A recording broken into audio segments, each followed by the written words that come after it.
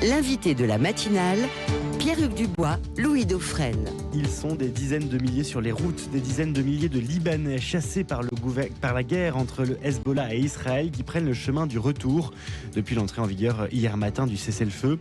Ils retrouvent des villes et villages dévastés par 13 mois de guerre entre le Hezbollah et Israël.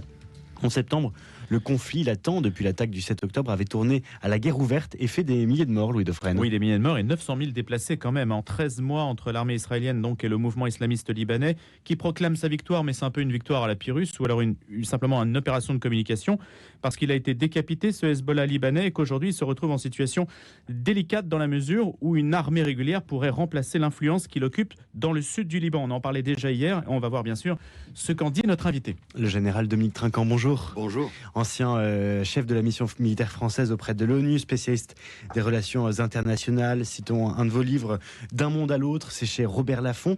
Merci d'avoir accepté notre invitation. Un cessez-le-feu donc enfin décrété. Est-ce qu'on arrive enfin à une désescalade dans la région ? Alors une désescalade voulue par Israël. Israël est en guerre est rentré depuis 2 mois au Liban, alors que le Hezbollah avait commencé à attaquer dès le 8 octobre, après l'attaque de Gaza. Et donc, après 2 mois de guerre, Israël considère qu'elle a décapité par la fameuse affaire des Twitter la tête du Hezbollah, mais aussi qu'elle est rentrée et qu'elle a rasé les villages qui étaient juste au bord de la frontière. Donc elle considère qu'elle a affaibli, mais elle a perdu 150 soldats. Et donc, aller plus loin devenait compliqué. 150 soldats. Écoutez, en 2 mois, c'est triste de faire des rapports comme ça, mais la dernière fois, 2006, en 1 mois, ils avaient perdu 200 soldats. Donc, ils en ont perdu moins, proportionnellement. Mais c'est beaucoup. Et surtout, et d'ailleurs, c'est intéressant, le Premier ministre Netanyahou l'a souligné, il veut que les soldats puissent aller se reposer, parce qu'en fait, ce sont les mêmes qui sont passés de Gaza directement au sud Liban. Donc ça fait plus d'1 an qu'ils font la guerre. Il y a un épuisement des troupes quand même. Il y a un épuisement des troupes, évidemment. On dit qu'il y a un certain nombre de réservistes qui ne reviennent pas à leur poste. Faut rappeler que cette mobilisation fatigue les soldats, bien sûr, mais épuise l'économie israélienne. Parce que ce sont des postes qui ne sont pas pris dans la vie civile israélienne. Est-ce que cette trêve, c'est une victoire pour Netanyahou ? Alors, je ne sais pas si c'est une victoire. On cherche à le lier aujourd'hui à Gaza et aux otages, parce que ça, c'est le souci de beaucoup d'Israéliens. On va voir. Le rapport n'est pas évident pour moi. C'est pas évident. Alors, évidemment, vous avez le Hezbollah qui crie victoire, qui a des drapeaux, etc. Bon, c'est de la communication. Ils ont été frappés. Mais ceci étant, il y a toujours beaucoup de missiles qui partent en direction d'Israël. Hein. Donc, ça veut dire que le Hezbollah est organisé pour une guerre asymétrique, c'est-à-dire qu'il est capable de commander ses frappes sans avoir un commandement centralisé. Vous voyez, ce qui est normal. Dans une guerre asymétrique, c'est de la guérilla, ça doit être décentralisé. Et ils y arrivent. On lit dans la presse internationale ce matin que c'est une victoire majeure pour la Maison-Blanche, et en particulier pour son émissaire. Quel est le rôle de la France dans ce cessez-le-feu ? Est-ce que la France a pu jouer un rôle, réussi encore à jouer un rôle, alors qu'on sait historiquement que la France est très présente au Liban ? Alors oui, elle a pu jouer un rôle parce que les Américains ont voulu qu'elle joue un rôle. En fait, pour Israël, il fallait que les Américains soient caution, appui. D'ailleurs, dans la commission, il y aura un général américain qui va regarder et apprécier. Oui, sauf que pour le Liban, il fallait que ce soit la France. Et donc, à la fois appuyé par les Américains et par les Libanais, la France est présente, alors qu'on sait que l'ambiance avec M. Netanyahou n'est pas au beau fixe. Voilà, mais la France a 3 avantages majeurs dans cette affaire-là. Le premier, c'est qu'à New York, c'est la France qui tient la plume. La résolution 1701, d'où vient le cessez-le-feu aujourd'hui, en fait, qui est l'application de la résolution qui avait été votée en 2006, elle a été écrite par la France. Le deuxième avantage, vous l'avez souligné, c'est les liens historiques depuis la création. Il ne faut pas oublier que c'est la France quand même qui a créé le Liban. Ça, c'est le deuxième lien. Le troisième lien, c'est qu'on a des soldats au sol. Au sein de la FINUL, on a un bataillon. J'ai moi-même commandé le bataillon. C'était pas le même à l'époque, mais j'ai commandé le bataillon. Et donc, la France a un rôle important parce qu'elle est présente sur le terrain également. Quelle est la différence avec l'époque que vous avez connue, début des années 90, mon général ? Alors, des différences énormes. Moi, quand j'ai connu ça en 92, en fait, le Sud du Liban était occupé par Israël. C'est-à-dire que la finule était imbriquée avec Israël. Au passage, on parlait des religions. Le sud est assez chiite, mais il y avait des chrétiens, mais les chrétiens, ils étaient du côté d'Israël. Et donc, il y avait ce qu'on appelait l'armée du Sud-Liban, qui était une milice qui travaillait avec Israël, qui a dû partir en catastrophe en 2000 quand Israël a décidé d'évacuer le Sud-Liban. Et deuxième époque que j'ai bien connue, c'est 2006.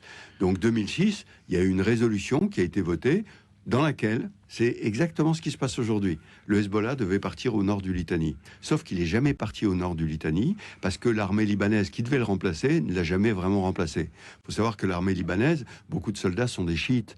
Donc ils ont des liens familiaux avec le Hezbollah et donc n'avaient pas tellement envie de voir partir le Hezbollah qui s'intitule le Parti de la Résistance au passage. Est-ce que ce cessez-le-feu peut aboutir sur un espoir déçu ? Je pense qu'il peut aboutir parce que le Hezbollah est affaibli. Mais c'est aux Libanais, alors difficile, les Libanais qui aujourd'hui, quel gouvernement, comment, de reprendre la main et d'essayer de se retirer de cette mainmise du Hezbollah. Le Hezbollah est un parti politique, il représente des chiites, donc il aura sa place. Sauf qu'il a beaucoup déçu les chiites parce qu'ils ont vu leur maison, leur village détruit. Tout ça, pourquoi ? Parce que vous appuyez le Gaza, qui au passage, Gaza, ce sont des sunnites. Vous voyez les guerres de religion. Oui, arrêtons-nous peut-être un instant, parce que c'est important peut-être, sur nous, en particulier sur notre antenne, de bien comprendre ces équilibres religieux dans la région.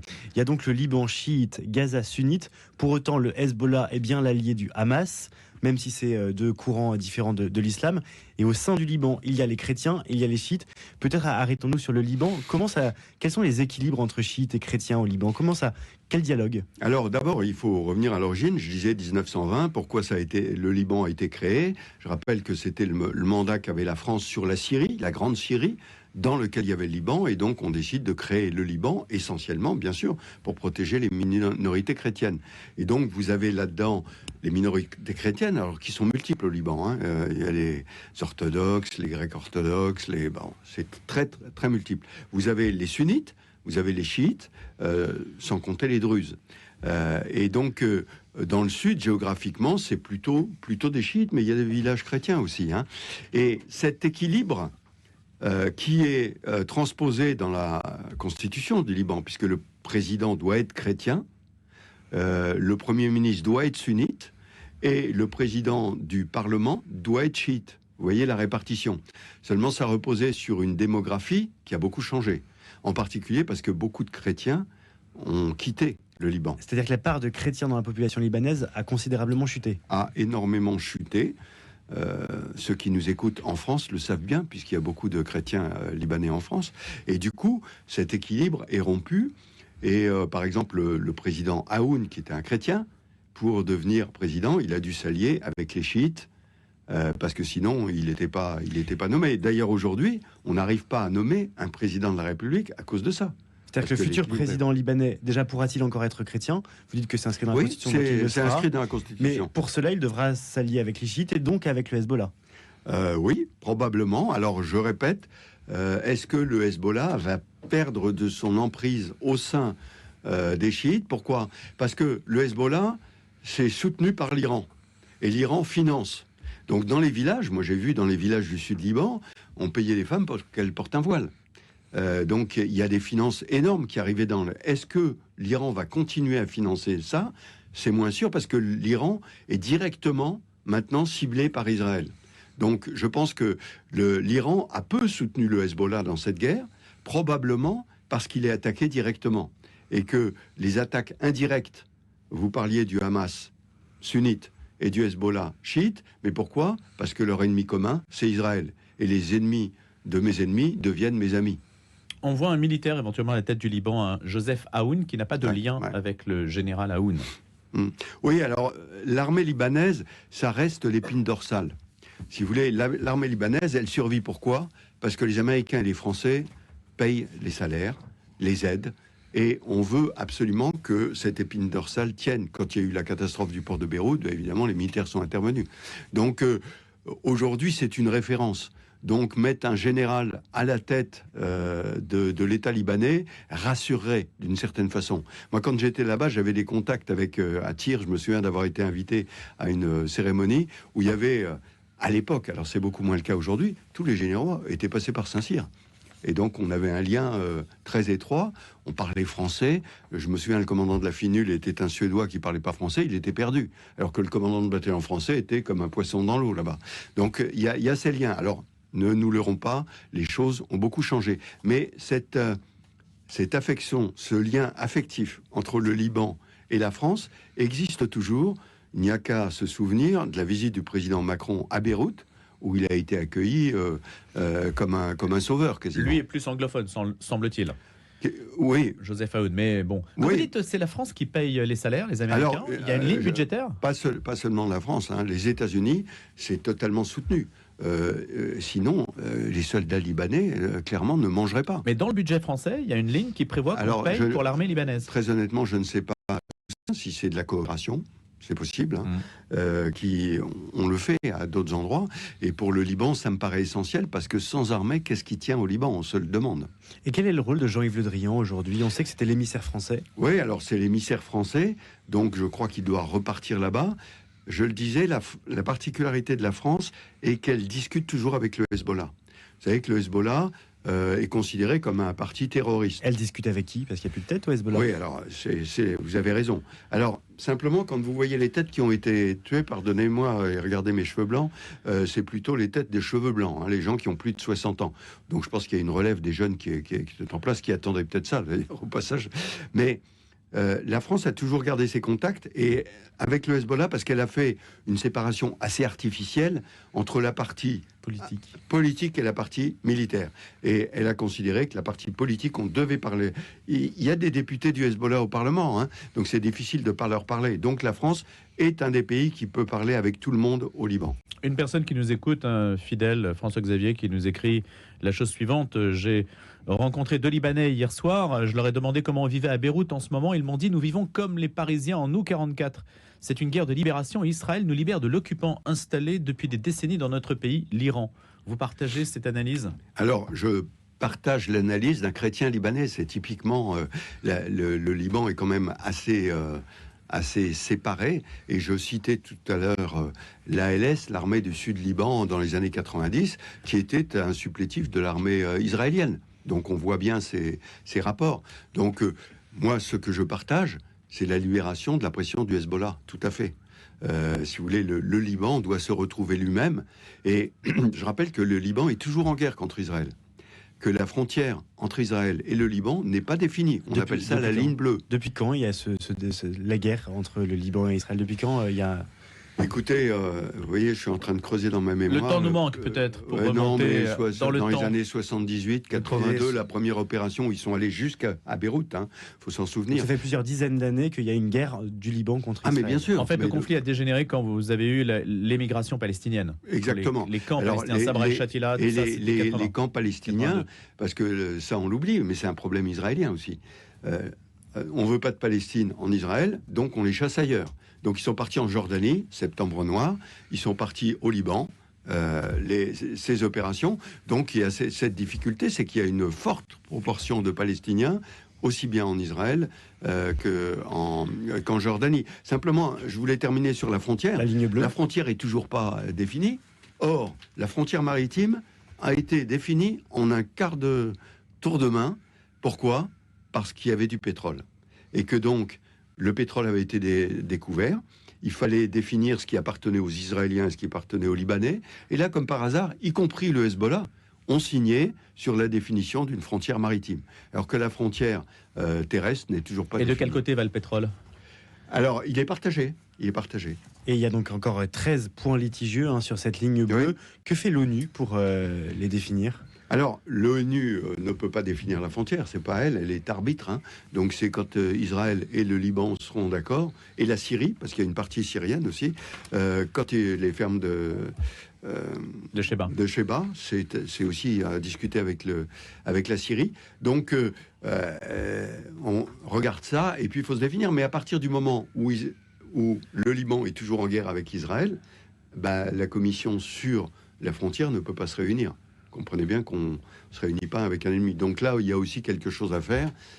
Encore une fois, pour reprendre les termes de l'auditeur qui vous a écrit, moi, je souhaite vraiment que le Liban puisse retrouver sa souveraineté. Il faut savoir que la troisième dimension, l'espace aérien, est géré par Israël. C'est géré par Israël. Qui a une totale maîtrise du ciel. Complète. Mon général, 2 questions. La première, c'est comment êtes-vous informé? Est-ce que les Français sont mieux informés que d'autres sur la situation au Liban par leur réseau, par un certain nombre de peut-être de personnes sur place, d'une manière ou d'une autre, hein, peut-être voire de forces spéciales dans certains pays, mais ça, vous n'allez pas nous le dire, évidemment. Ouais. Mais ça, c'est un premier point, c'est comment est-on informé? Et deuxième point, est-ce que les officiers supérieurs sont formés à la question religieuse, à la question communautaire avant d'aller sur un théâtre d'opération? Vous avez été en ex-Yougoslavie, avec toutes les fractures que l'on connaît également. Vous vous retrouvez au Proche-Orient, où on ne parle que de chiites, druzes, sunnites, on raisonne uniquement par communauté, comme si les individus n'existaient pas. Est-ce que ça, c'est un facteur qui dépayse beaucoup l'occidental? Est-ce que vous avez une formation pour ça? Alors, le premier point, est-ce que on connaît bien ces affaires avant d'intervenir? Oui, avec le Liban, on forme les gens. On a une direction du renseignement militaire qui suit les dossiers, donc qui est capable de briefer les gens. Ensuite, les communautés, on est informé par les communautés avec le travers peut-être qu'on a, que j'ai moi-même, je l'ai dit. Moi, quand j'étais au Liban, vous savez, quand j'allais dans les villages, les gens voyaient le drapeau français et ils disaient « La France, notre mère ». Et parfois, je disais, les pauvres, s'ils savaient comme en France, on est loin de ça quand même. Donc voilà, on a avec des travers liés à notre histoire au Liban. Certainement. Merci beaucoup, Général Dominique Trinquant, d'être venu ce matin nous évoquer ce cessez-le-feu donc au Liban. Je rappelle que vous êtes spécialiste des relations internationales, ancien chef de la mission militaire française auprès de l'ONU, et vous avez notamment publié D'un monde à l'autre. C'est chez Robert Laffont. Merci beaucoup. Merci.